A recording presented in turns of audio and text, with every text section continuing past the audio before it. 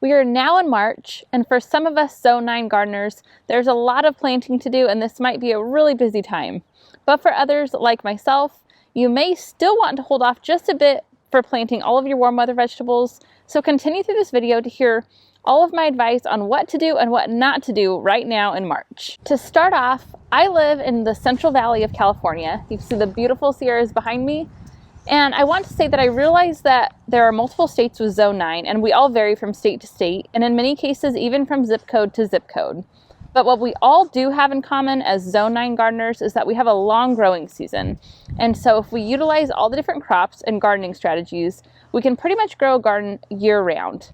The exact days that we plant are going to vary, and some of us may not experience frost like we do in certain Zone 9 areas, but we all have a long growing season and we have a warm climate, and that's what we all have in common. So besides the fact that we might be in a different state, if you are a Zone 9 gardener, this video is for you.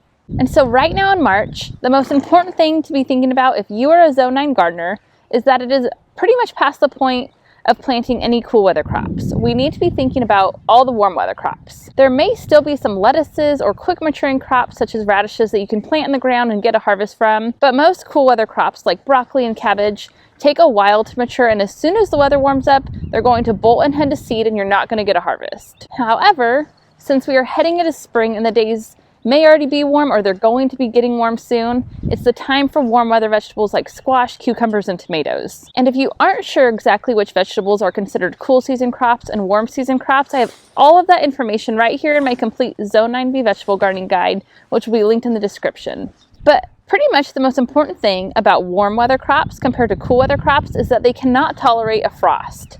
And so you want to be sure that you plant all of your warm weather vegetables after all danger of frost has passed. So depending on what your weather is like right now will depend on when you can plant. And that may have already been a few weeks ago, but for myself, our weather is still really cold and we're expecting some rain soon in the forecast, and so I'm holding off on everything right now. So you need to look at your weather forecast and see what the weather looks like to determine if you can plant right now or if you should also continue holding off just a bit. So if you look at your extended forecast and you don't see any temperatures that drop below 40 degrees as the low, and you don't have any storms coming up, then you're probably good to go and you can start transplanting some of your warm weather vegetables. And if you want to plant any of your vegetables directly by seed out into the garden, that is a great method. I actually prefer to plant most of my cucumbers and squashes and okra and a few other veggies directly by seed.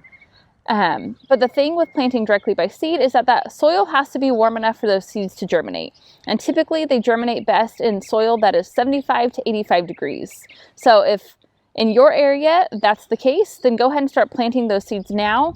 If the soil is still too cold and the weather is cold, go ahead and hold off so that when you do plant the seeds, you have good, successful germination rates. And so for us here in the Central Valley, I'm guessing that's going to be beginning of April to mid-April before I even consider planting any of my seeds, just to be sure that the weather's warm enough. But here's the great thing about growing warm weather vegetables in a zone that has a long growing season. You really can't be too late at planting warm weather vegetables. You can only be too early and then watch them die from a frost. If you plant after all danger of frost has passed, and some years that's going to be earlier than later, and you pay attention to the weather, your vegetables are going to survive. If you plant too soon, it's very likely that the weather can change, because spring is a really unpredictable time for weather. Sometimes it's cold, sometimes it's really hot, and you can only plant too soon and then be disappointed by the fact that your plants died because we had an unusual cold storm. But if you plant late enough, you're going to be just fine. And so even if you miss your first planting dates, you can still get your summer garden planted, even if you feel like you're behind. But what's nice is having a plan to follow along with, because some years you can plant a little early, some years you're going to have to plant a little bit late, but it's nice to have a plan. And I have my complete Zone 9B vegetable gardening guide right here that you can check out. It'll be in the description below. It gives you all of your first transplanting dates, direct sowing dates, indoor seed starting dates, and other Zone 9 tips and strategies to help you grow a successful vegetable garden all year long. So be sure to head to the description below and get your guide. And if you'd like to learn about more of what's included in this guide and see me walk you through exactly what I've created, be sure to head to this next video where I walk you through each page of everything I've created. I will see you there.